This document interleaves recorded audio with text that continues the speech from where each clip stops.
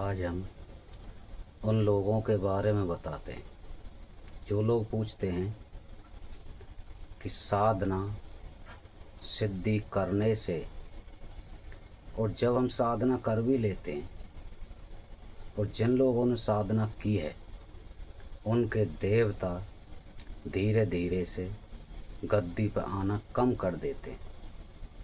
और कभी कभी आते हैं तो जो दूसरे का देखते हैं, दूसरे का बताते हैं, तो उसमें कभी कभी उनकी बात खाली निकल जाती है। तो इसका कारण क्या है, ये आप जानना चाहते हैं तो इस वीडियो को आगे तक पूरी देखें।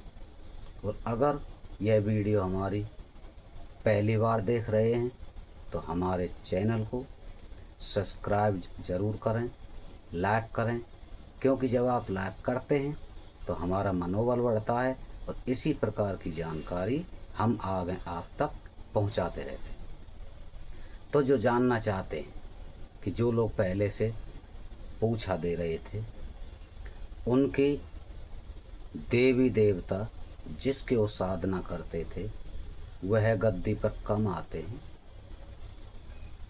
कभी कभी उनके वचन मिथ्या हो जाते हैं। तो इसका क्या कारण? इसका कारण सबसे पहले बताते हैं कि आपने जिस भी देवता की साधना की है,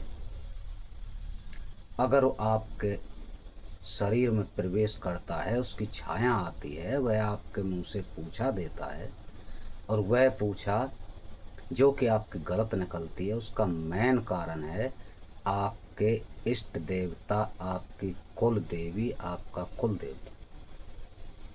जब आप यह सोच लेते हैं कि यह देवता हमारे पास गद्दी पर आता है, गद्दी पर पूछा देता है, तो हमारा इष्ट यही है, हमारा कुल देवा यही देवता है, हमारी कुल देवी भी यही है, तो हम अपने कुल देवता की साधना करना कम कर देते। इसलिए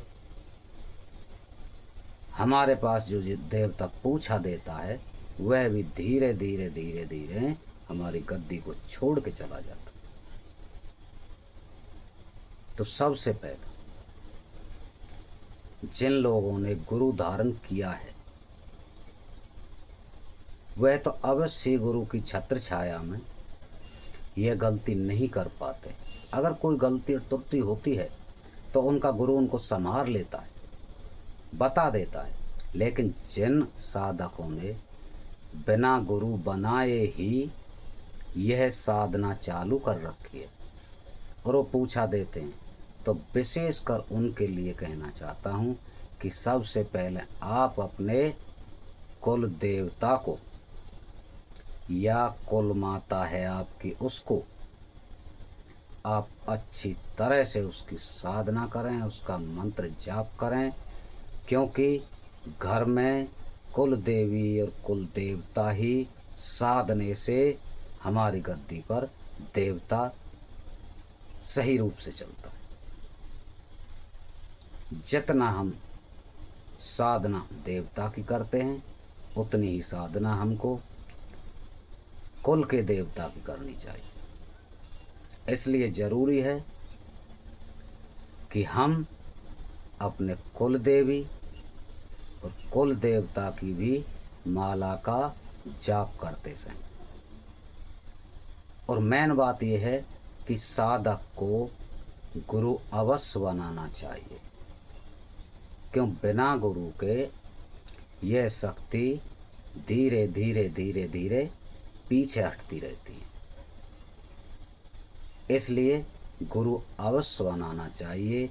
गुरु का इतना पावर होता है, गुरु मंत्र में इतनी ताकत होती है कि वह हमें उस जगह पर डटे रहने की ताकत प्रदान करता है कि जिस जगह पर हम अपनी गद्दी, साधना आदि में अड़े रहते हैं और हमारी वह साधना पूर्ण होती रहती है।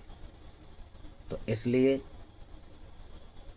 आपको अवश्य ही गुरु का चयन करना चाहिए, गुरु दीक्षा लेनी चाहिए। बिना गुरु दीक्षा के यह काम आपको नहीं करना चाहिए, क्योंकि आपको साधना में सफलता नहीं मिलेगी। जय गुरु गोरखनाथ।